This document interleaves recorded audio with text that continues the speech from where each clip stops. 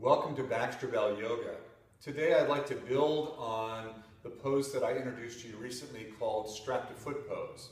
In that video I showed you the first variation, which is just the leg straight up in the air with the strap around the foot.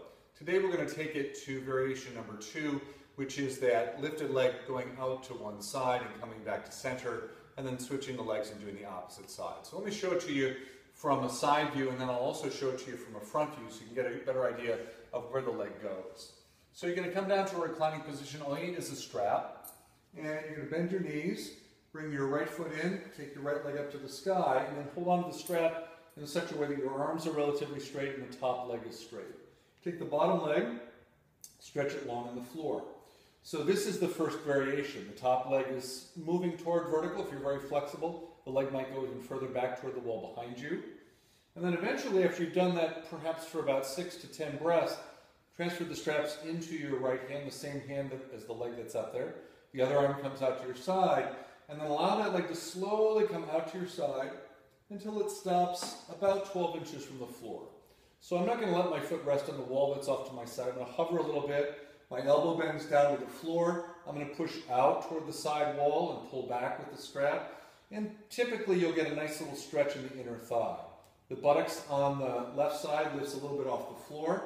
It's okay if that happens. A little turn of the hips is actually probably healthier for the lower back than forcing the left hip to stay on the ground. And then you bring the leg back up and you release the strap from the foot and allow the leg to come down. Of course, I would repeat that on the second side, but what I'd like to show you now, so you get a better view of this, is I'd like to have a shot where you can take a look this way so you can get a sense of how that leg moves out to the side. So I'm going to come down. I'm going to do my opposite leg than I did just now. So I'm going to put the strap around the foot, take the leg up towards the sky, head rests on the floor, top leg pressed toward the ceiling. After about 6 to 8 breaths here, initially, I would take the strap into my hand, take the other arm out to the side, and I'm going to slowly take the leg out to the side and stop when the foot's about 12 inches or so off the floor. So I use my eyes to actually check. The bottom leg is actively pressing toward the camera, the other leg is pressing to the side wall, your arm is out to the side, and the elbow's on the floor. The hips have a slight canter, a slight tip toward the lifted leg side. Instead of forcing the hip down like this, I let the hips churn just a little bit. This is usually much better for the lower back for many of my students. After a couple breaths here, again about 6 to 8 to 10 breaths, I would exhale, bring the leg back up to center, bring the hands back to meet the strap, and release the strap, and bring the leg down.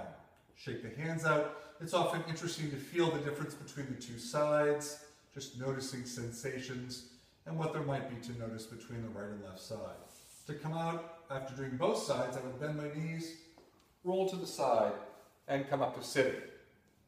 So that is strap to foot pose, Supta Padangusthasana, variation number 2. So play around with that in your home practice this week, see what you discover. Thanks for joining me. Check out my blog, Yoga for Healthy Aging, my website, baxterbell.com. And if you want to do longer practices with me, please check out the practice channel on yogauonline.com. Until the next time, namaste.